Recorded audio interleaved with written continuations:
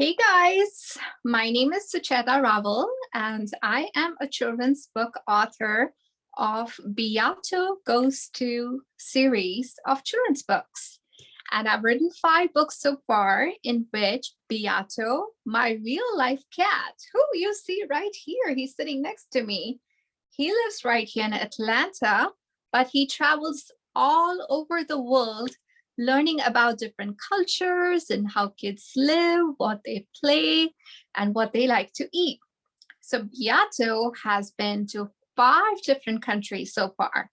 He's been to Greenland, Israel, Indonesia, Japan, and Brazil.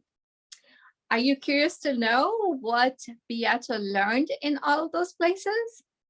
Well, today I'm going to read to you the first book in the series, which is called Beato Goes to Greenland. Now, remember, guys and girls, these books are based on true stories. Now, you may ask, how does Beato travel to all these different places? He's sitting right here looking at you guys. Well, I actually do the traveling for him. And I've been to almost 100 countries, and I met these kids who you see in the books, and these are real characters who I got to know. I understood their lives, and these are the photographs that I took during my travels. So that's where the inspiration came for the Beato Goes To series. And these books are available everywhere where you can buy a book. In Barnes & Noble, Books A Million, Amazon, Walmart, anywhere you want to go. So let's travel to Greenland today with Beato. Beato Goes to Greenland by author Sucheta Rawal, which is me. Illustrations by Alexandra Abajou and Wana Koshesi. On a sunny afternoon in the suburbs of Atlanta, a little gray kitten was born. The kitten's mommy, Olga, lived with a Russian family she liked very much. His daddy, Kia, was the handsome next-door neighbor Olga had fallen in love with. "He's beautiful," said Olga, lovingly admiring the newborn kitten. "He even has 7 toes like me." "He looks like he's wearing oven mitts," said Kia. "Good thing he has my majestic Persian face." Unfortunately, the Russian family decided they did not want to keep the kitten, so they put an advertisement in the newspaper to give him up for adoption. A few days later, an Indian couple came to see him. They instantly liked him and decided to adopt him. "What should we call him?" asked the Indian man. "How about Beato?" the lady replied. "It means happy in Latin, and he looks like a happy fellow." So they decided to name him Beato, the happy gatto. As soon as Beato entered his new home, he was bombarded by the smell of curry and a very excited dog with a wet tongue. "I don't like this drool," thought Beato at once. "I must learn to protect myself from this stinky saliva." "Russo, this is your new baby brother, Beato," said Beato's new mommy. "He's only 6 weeks old. Be nice to him." Russo stared at Beato to get a good look at this new creature on his territory.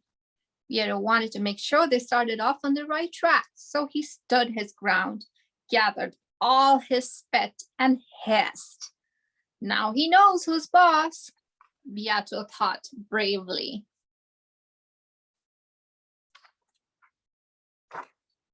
Beato and Russo soon became fast friends. Beato greeted Russo each morning with a head bump and followed him around the house all day. When Russo went on his evening walk, Beato wailed and cried and sat at the window, waiting for Russo to return. Their favorite thing to do together was to listen to their mommy and daddy talk about their travels around the world. Pierrot often thought about his lineage. His biological father was Persian. He was born in a Russian home. His adopted parents were Indian. His brother was Scottish, and he himself had an Italian name. He looked at the world map in his living room and thought, how are all these countries different? What are the people who live like they're like? What do they do? What do they eat?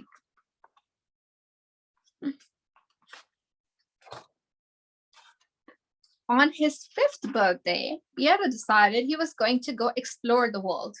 He asked Russo to join him, but Russo was getting too old for such travels. The next morning, Beato packed his bags with catnip-flavored treats, a water bottle, his favorite squeaky mouse, and an old iPhone. Then his mommy and daddy saw him off.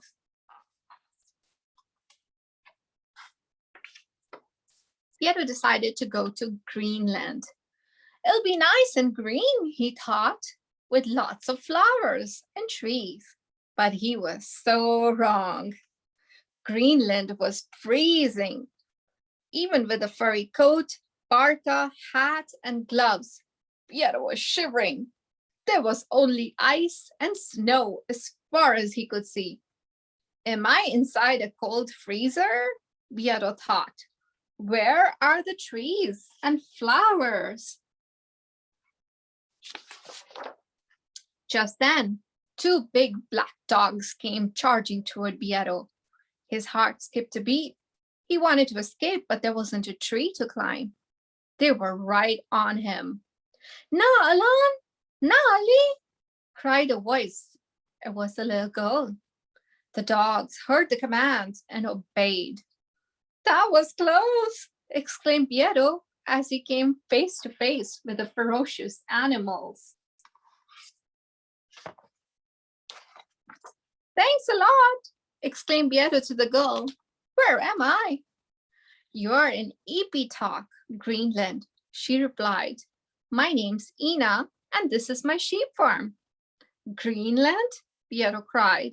But there's nothing green here.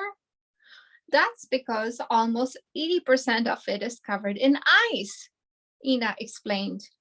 We call it Kalalit Nuuk in Greenlandic.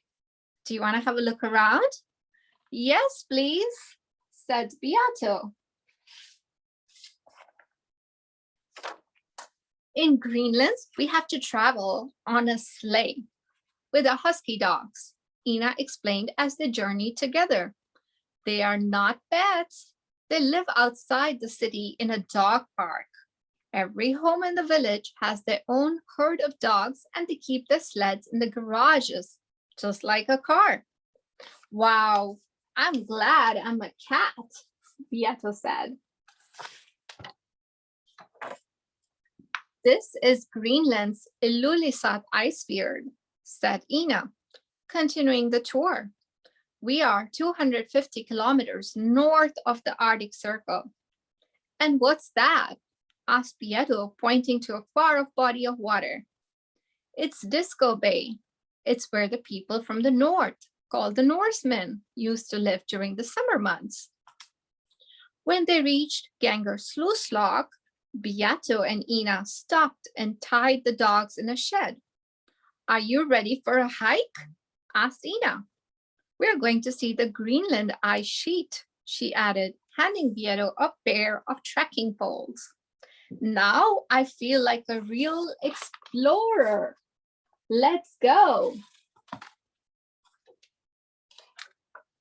Slow down, Ina screamed.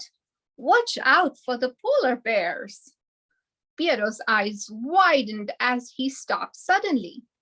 I've never seen a polar bear before. They're huge. The biggest bear in the world, added Ina. Let's keep going. What's that smell? Beato asked as they rounded a hill. It smells worse than Russo. Musk oxen and reindeer, Ina said, pointing ahead. They're both Arctic mammals and important to our culture. Musk oxen provide us with wool, meat, and milk. They can weigh as much as 1,400 pounds. By the time they got back to town, Beato's stomach was growling. Ina, I'm hungry. Where's the closest pet food store? He asked. One of the boys from the village spoke up. This is an Inuit village, he offered. We don't have any pet stores, but you're welcome to have dinner with us. I'm glad, thought Beato. I'm beginning to miss my warm dinners at home. The group sat round a fire and grilled freshly hunted reindeer, seal, and fish.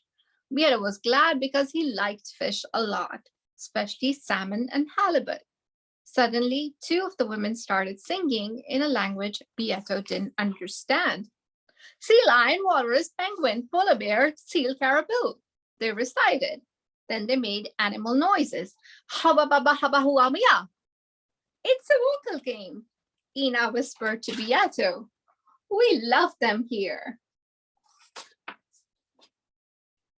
After dinner, everyone headed to the igloos to rest for the night. They all cuddled up together in a warm sheepskin blanket. Above them, the sky was dancing. Glowing green and red lights magically flickered against the darkness. Beato wasn't scared because he knew these were aurora lights that can only be seen near the Earth's poles. Wow, he thought, peeking out from the igloo. I'm one lucky cat. The next day, Beato and Ina took a boat into the bay. Beato heard a loud splash, and suddenly a humongous humpback whale jumped out of the water into the sky. Beato and Ina waved at the whale, and it fluttered back his fin.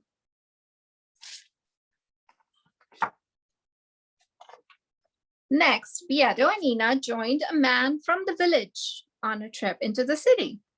Greenland appears so beautiful from way up here, Beato said.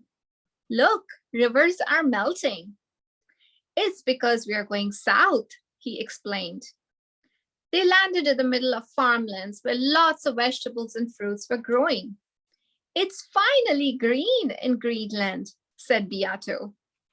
Ina picked a ripe carrot from the ground and took a bite. This is so juicy and sweet. She was delighted. One of the farmers offered Beato a basket of fresh catnip herbs. Beato was so excited, he licked the farmer. Then he spent the entire afternoon playing with his catnip. Next, they visited a hot spring. Ina slid into the warm water, and even Beato couldn't resist the naturally warm mineral tub. I have to show you one last place in Greenland, Beato, Ina said as they soaked. This is Nuuk, the capital of Greenland. It's the biggest city in the country, and you can find anything here, said Ina as they walked around the busy streets.